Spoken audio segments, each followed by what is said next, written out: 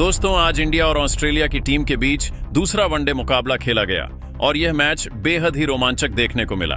पहले बारिश ने पहला मैच भारत के हाथ से फिसला दिया था, लेकिन आज एडिलेड ओवल के शानदार मैदान पर टीम इंडिया ने अपनी ताकत दिखाई।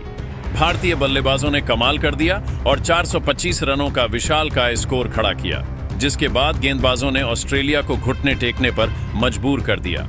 लेकिन अंत में जो हुआ उसने सभी को हैरान कर दिया।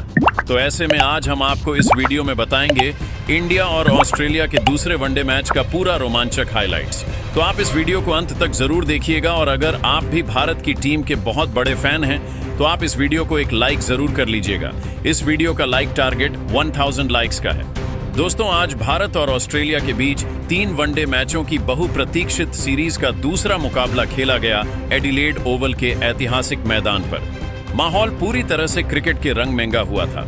इस मैच में भारत के लिए कप्तानी कर रहे शुभमन गिल ने टॉस जीतकर पहले बल्लेबाजी करने का फैसला लिया और यह फैसला सुनते ही पूरे भारतीय डगआउट में खुशी की लहर दौड़ गई, क्योंकि एडिलेड की पिच पर पहले बल्लेबाजी करना हमेशा से फायदेमंद माना जाता है।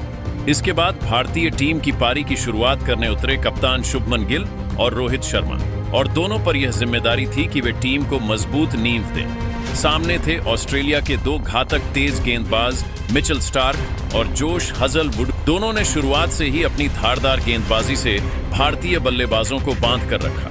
पहले 5 ओवरों तक स्टार्क और हजलवुड ने एक भी ढीली गेंद नहीं डाली। उनका हर बॉल बल्लेबाज को सोचने पर मजबूर कर रहा था कि क्या इस गेंद को खेलने लायक है। गिल और रोहित दोनों बेहद संयमित अंदाज में खेल रहे थे। सिंगल डबल लेकर स्ट्राइक रोटेट कर रहे थे ताकि गेंदबाजों पर दबाव बना रहे। पहले 5 ओवर में भारत का स्कोर केवल 22 रन था, लेकिन सबसे बड़ी बात यह थी कि भारत ने अपना कोई विकेट नहीं खोया था। फिर छठे ओवर में रोहित शर्मा ने अपने तेवर दिखा दिए।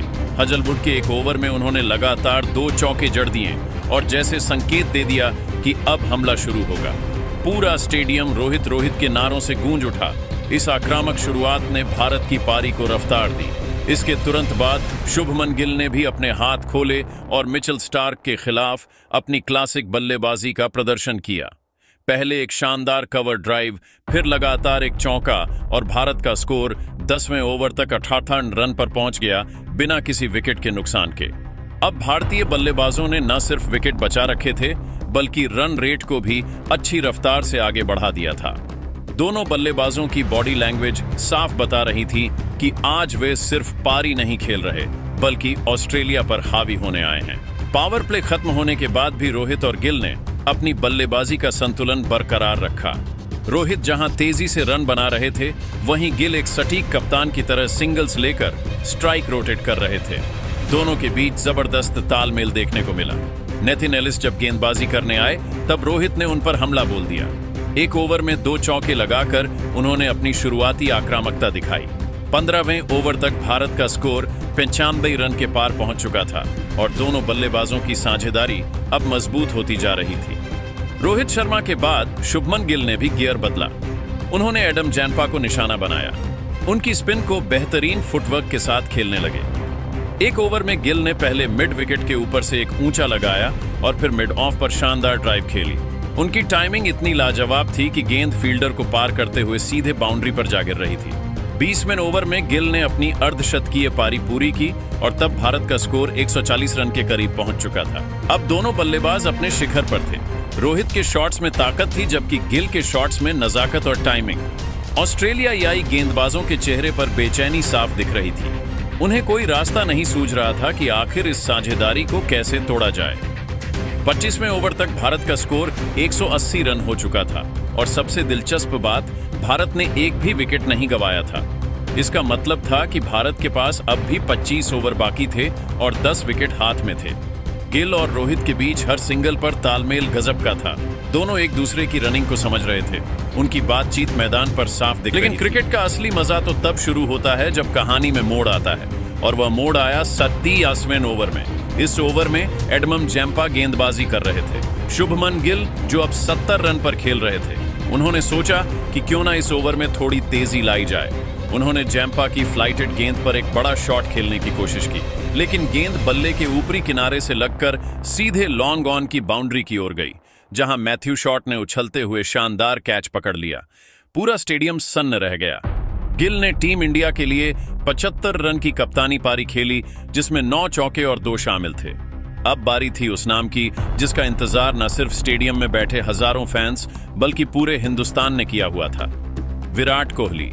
जैसे ही कोहली मैदान पर आए, पूरा स्टेडियम कोहली कोहली के नारों से गूंज उठा।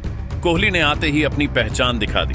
कवर ड्राइव का वो क्लासिक शॉट, गेंद हवा चीरती हुई बाउंड्री पार कर गई। पहली ही गेंद, पहला ही चौका और माहौल में बिजली दौड़ गई। दूसरी ओर रोहित शर्मा अब अपने शतक की ओर तेजी से बढ़ रहे थे। उन्होंने स्पिनर हो या तेज गेंदबाज किसी को बख्शा नहीं। 30वें ओवर में ट्रेविस हेड की पार्ट टाइम गेंद पर एक सिंगल लेकर रोहित ने अपना शतक पूरा कर लिया। सिर्फ 85 गेंदों पर उनका बल्ला अब गरज रहा था। पूरा भारतीय ड्रेसिंग रूम खड़ा होकर तालियां बजा रहा था। ये रोहित का सिर्फ एक और शतक नहीं था, बल्कि ये संदेश था कि हिटमैन वापस आ गया है। रोहित और कोहली ने मिलकर भारत का स्कोर 35वें ओवर में 240 रन के पार पहुंचा दिया। अब सभी को लग रहा था कि रोहित तेज खेलेंगे और कोहली एंकर की भूमिका निभाएंगे, लेकिन जो हुआ उसने सभी को चौंका दिया, क्योंकि विराट कोहली ने भी गियर बदल दिया।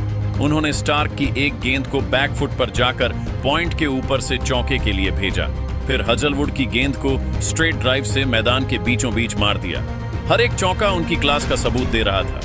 टाइमिंग, फुटवर्क और बैलेंस सब परफेक्ट। रोहित भी पीछे नहीं थे, उन्होंने जैम्पा पर जड़ा। फिर एलिस की गेंद पर 2 चौके। 40वें ओवर तक भारत का स्कोर 310 रन के पार जा चुका था। कोहली और रोहित दोनों बल्लेबाजों ने मिलकर शानदार साझेदारी भी पूरी कर ली थी। फिर आया 42वां ओवर और गेंदबाज थे मिचेल स्टार्क। रोहित ने पहले 2 गेंदों पर 1-1 रन लिया, लेकिन तीसरी गेंद थोड़ी शॉर्ट थी। उन्होंने सोचा कि क्यों ना इसे पुल शॉट में बाउंड्री के बाहर भेजा जाए, लेकिन गेंद बल्ले से थोड़ा पहले लग गई और विकेट कीपर जोश इंग्लिश ने शानदार कैच पकड़ लिया। भारत को लगा दूसरा झटका। रोहित शर्मा ने भारत के लिए 165 रन की धमाकेदार पारी खेली, जिसमें 18 चौके और 4 शामिल थे। सभी फैंस ने खड़े होकर तालियां बजाई, क्योंकि यह पारी क्लास और पावर का बेहतरीन मिश्रण थी। रोहित शर्मा के आउट होने के बाद बल्लेबाजी करने आए श्रेयस अय्यर, भारत के भरोसेमंद मिडिल ऑर्डर बल्लेबाज। अब भारत के पास 8 ओवर बचे थे और स्कोर पहले से ही मजबूत था। विराट और अय्यर ने शुरुआत से ही रन गति को धीमा नहीं होने दिया। कोहली ने हजलवुड को ड्राइव से चौका लगाया, फिर स्टार्क की गेंद पर मिड विकेट के ऊपर से जड़ा। अय्यर ने आते ही नेथन एलिस की गेंद पर लगातार 2 चौके लगाए। दोनों ने मिलकर ऑस्ट्रेलियाई आई गेंदबाजों को रौंद लिया था। 45वें ओवर में विराट कोहली ने सिर्फ 70 गेंदों में अपनी अर्धशतकीय पारी पूरी कर ली।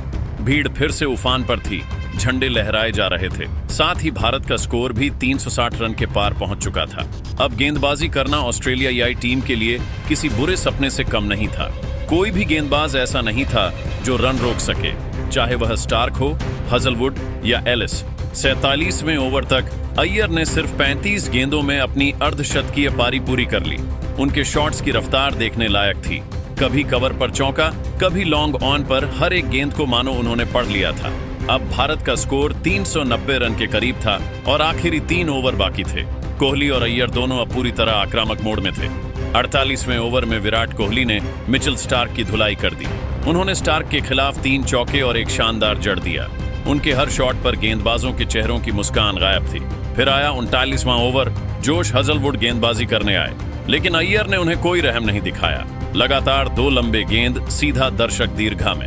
हर एक भारतीय फैन उछल पड़ा और अय्यर मुस्कुराते हुए कोहली से हाई फाइव करते दिखे। अब बारी थी 50वें ओवर की आखिरी झटके देने की। कोहली ने पहली 3 गेंदों पर 2 चौके जड़े और फिर एक ठोका। स्टेडियम गूंज उठा किंग कोहली के नारों से। लेकिन अगली गेंद पर कोहली ने बड़ा शॉट खेलने की कोशिश की। गेंद हवा में लहराई और लॉन्ग ऑन पर कैच हो गए। विराट कोहली ने शानदार 95 रन की पारी खेली, बस 5 रन से शतक चूक गए। कोहली का योगदान अविश्वसनीय था। अब आए के एल राहुल। उन्होंने आते ही कुछ सिंगल लिए, लेकिन अगले ही ओवर में हजलवुड की गेंद पर एज लेकर आउट हो गए। राहुल ने 50 रन बनाए। फिर श्रेयस अय्यर ने कुछ रन जोड़े, लेकिन 425 रन 9 विकेट के नुकसान पर भारत की पारी समाप्त हो गई। श्रेयस अय्यर ने 65 रन बनाए। नीतीश कुमार रेड्डी ने 10 रन और अक्षर पटेल ने 20 रन का योगदान दिया। इस तरह भारत ने अपने पूरे 50 ओवरों में 9 विकेट खोकर 425 रन का विशाल स्कोर खड़ा कर दिया। यह न सिर्फ एडिलेड में बल्कि ऑस्ट्रेलिया के खिलाफ विदेशी धरती पर भारत का दूसरा सबसे बड़ा वनडे स्कोर था। सब अब ऑस्ट्रेलिया के सामने था एक असंभव सा लक्ष्य, 426 रनों का। ऑस्ट्रेलिया की पारी की शुरुआत करने उतरे ट्रेविस हेड और मिचेल मार्श, ऑस्ट्रेलिया के 2 सबसे आक्रामक ओपनर। सामने थे मोहम्मद सिराज और अर्शदीप सिंह की नई गेंद की जोड़ी। पहला ओवर सिराज गेंद लेकर आए और शुरुआत से ही लय में दिखे। उन्होंने स्विंग से बल्लेबाजों को परखना शुरू किया, लेकिन ट्रेविस हेड ने किसी भी तरह का दबाव नहीं लिया। तीसरी गेंद पर उन्होंने एक जोरदार कवर ड्राइव खेलकर गेंद को बाउंड्री पार भेज दिया और यहीं से संकेत मिल गया कि ऑस्ट्रेलिया पीछे नहीं हटने वाली। दूसरे छोर से अर्शदीप सिंह ने भी शानदार शुरुआत की, लेकिन मिचेल मार्श ने उनकी गेंदबाजी पर प्रहार कर दिया। चौथे ओवर में उन्होंने 2 चौके और 1 लगाया और एडिलेड का मैदान गूंज उठा। पहले 5 ओवरों में ऑस्ट्रेलिया का स्कोर 45 रन था, बिना किसी नुकसान के। भारतीय कप्तान शुभमन गिल थोड़े चिंतित दिखे, क्योंकि इस पिच पर शुरुआत में रन रोकना मुश्किल हो रहा था। उन्होंने छठे ओवर में अपने युवा तेज गेंदबाज हर्षित राणा को गेंद थमाई। राणा ने शुरुआत में कुछ अच्छी बाउंसर फेंकी, लेकिन हेड और मार्श दोनों फॉर्म में थे। दोनों बल्लेबाजों ने समझदारी और आक्रामकता का शानदार संतुलन दिखाया। 10 ओवरों के पावर प्ले तक ऑस्ट्रेलिया ने 85 रन बना लिए थे, बिना किसी विकेट के। भारत को अब ब्रेक थ्रू की सख्त जरूरत थी। 11वां ओवर शुभमन गिल ने गेंद सौंपी कुलदीप यादव को। जैसे ही कुलदीप गेंद लेकर आए, मैदान में सन्नाटा छा गया। उनका पहला ओवर काफी कसा हुआ था, सिर्फ 3 रन आए। गेंद टर्न हो रही थी और हेड थोड़ा परेशान दिखे। 16वें ओवर में कुलदीप ने जाल बिछाया, में उन्होंने एक फ्लाइटेड गेंद फेंकी। हेड आगे बढ़े और लॉन्ग ऑफ की दिशा में बड़ा शॉट खेलने की कोशिश की, लेकिन गेंद बल्ले के ऊपरी हिस्से से लगी और सीधे आसमान में गई। नीचे फील्डर विराट कोहली मौजूद थे और उन्होंने कोई गलती नहीं की। भारत को मिला पहला विकेट। ट्रेविस हेड 45 रन की शानदार पारी खेलकर लौटे। हेड के आउट होते ही मैदान पर हल्की खामोशी छा गई, क्योंकि वह इस चेस की सबसे बड़ी उम्मीद थी। अब क्रीज पर आए मिचेल ओवेन, जो स्थिर बल्लेबाजी के लिए जाने जाते हैं। दूसरी ओर मिचेल मार्श लगातार रन बना रहे थे। उन्होंने हर्षित राणा की एक गेंद पर लॉन्ग ऑन के ऊपर से शानदार लगाया। 20वें ओवर तक ऑस्ट्रेलिया का स्कोर 140 रन था, 1 विकेट के नुकसान पर। रन रेट अब भी ठीक चल रहा था, लेकिन यहीं से भारतीय गेंदबाजों ने मैच में वापसी शुरू की। अर्शदीप सिंह ने नई गेंद के दूसरे स्पेल में कमाल कर दिया। उन्होंने मिचेल मार्श को एक आउट स्विंगर फेंकी जो जरा सी बाहर निकली। मार्श ने ड्राइव खेलने की कोशिश की और गेंद सीधा स्लिप में शुभमन गिल के हाथों में। मिचेल मार्श 68 रन बनाकर आउट हुए और भारत को दूसरा बड़ा विकेट मिल गया। अब मैदान पर हल्का तनाव था। ओवेन और नए बल्लेबाज कैमरन ग्रीन पर जिम्मेदारी थी, लेकिन भारत अब पूरी तरह खेल में वापस आ चुका था। कुलदीप यादव अपनी लाइन पर टिके रहे और अक्षर पटेल ने रफ्तार से बल्लेबाजों को परेशान करना शुरू किया। 25वें ओवर में ओवेन ने थोड़ा राहत का पल दिया।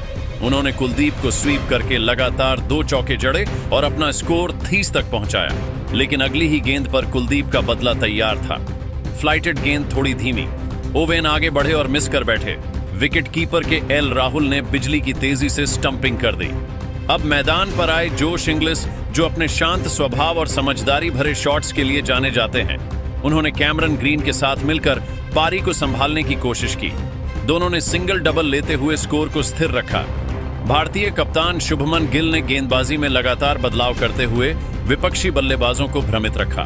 मोहम्मद सिराज ने ग्रीन को स्लोअर बॉल से जख्मा दिया। 32वें ओवर में ग्रीन बड़ा शॉट खेलने के चक्कर में लॉन्ग ऑन पर कैच दे बैठे। उन्होंने 25 रन बनाए और ऑस्ट्रेलिया का स्कोर अब 190 रन था, 4 विकेट के नुकसान पर। अब बारी थी एलेक्स कैरी की, एक अनुभवी बल्लेबाज जो अपनी आक्रामक शैली के लिए जाने जाते हैं। लेकिन भारतीय गेंदबाज अब सटीक लाइन और लेंथ पर थे। हर्षित राणा ने उन्हें मुश्किल में डाल दिया और आखिरकार 38वें ओवर में कैरी एक बाउंसर पर पुल शॉट खेलते हुए कैच दे बैठे। सिर्फ 18 रन बनाकर ऑस्ट्रेलिया की पारी धीरे धीरे फिसलने लगी थी। लक्ष्य अभी भी बहुत दूर था। 426 रनों का पीछा करते हुए अब तक 220 रन के पार पहुंचने में भी मशक्कत करनी पड़ी। अब मैदान पर आए नेथन एलिस। उन्होंने आते ही अर्शदीप सिंह की गेंद पर शानदार चौका लगाया, लेकिन अगली ही गेंद पर आउट स्विंगर से चकमा खा गए और विकेट कीपर राहुल को कैच दे बैठे। एलिस 12 रन बनाकर पवेलियन लौट गए और ऑस्ट्रेलिया का स्कोर 245 रन था, 6 विकेट के नुकसान पर। अब केवल जोश हजलवुड एक छोर संभाले हुए थे। उन्होंने जिम्मेदारी भरी बल्लेबाजी की, सिंगल्स डबल्स लेते हुए अपने रन 35 तक पहुंचाए। उन्होंने कुछ खूबसूरत शॉट्स भी खेले, खासकर कुलदीप यादव की गेंद पर एक शानदार रिवर्स स्वीप जिसने दर्शकों की तालियां बटोरी। आखिरी 5 ओवरों में भारत की गेंदबाजी सटीक रही। अर्शदीप और हर्षित राणा ने डेथ ओवरों में शानदार कंट्रोल दिखाया। किसी भी बल्लेबाज को खुलकर शॉट खेलने का मौका नहीं दिया। ऑस्ट्रेलिया ने अपने पूरे 50 ओवर खेल ली, लेकिन स्कोर बोर्ड पर सिर्फ 312 रन जुड़ पाए। भारत ने यह मुकाबला 113 रनों के बड़े अंतर से जीत लिया। पूरे भारतीय खेमे में जश्न का माहौल था। गेंदबाजों ने शानदार वापसी की थी। कुलदीप यादव रहे भारत के सबसे सफल गेंदबाज। 10 ओवर में सिर्फ 52 रन देकर 3 विकेट लिए। अर्शदीप और हर्षित राणा ने भी बेहतरीन गेंदबाजी की और 2-2 विकेट अपने नाम किए। इस जीत के साथ ही भारत ने सीरीज को 1-1 से बराबर कर लिया। दोस्तों, आपके हिसाब से टीम इंडिया की इस जीत का असली हीरो कौन है? अपनी राय कमेंट में जरूर बताइएगा।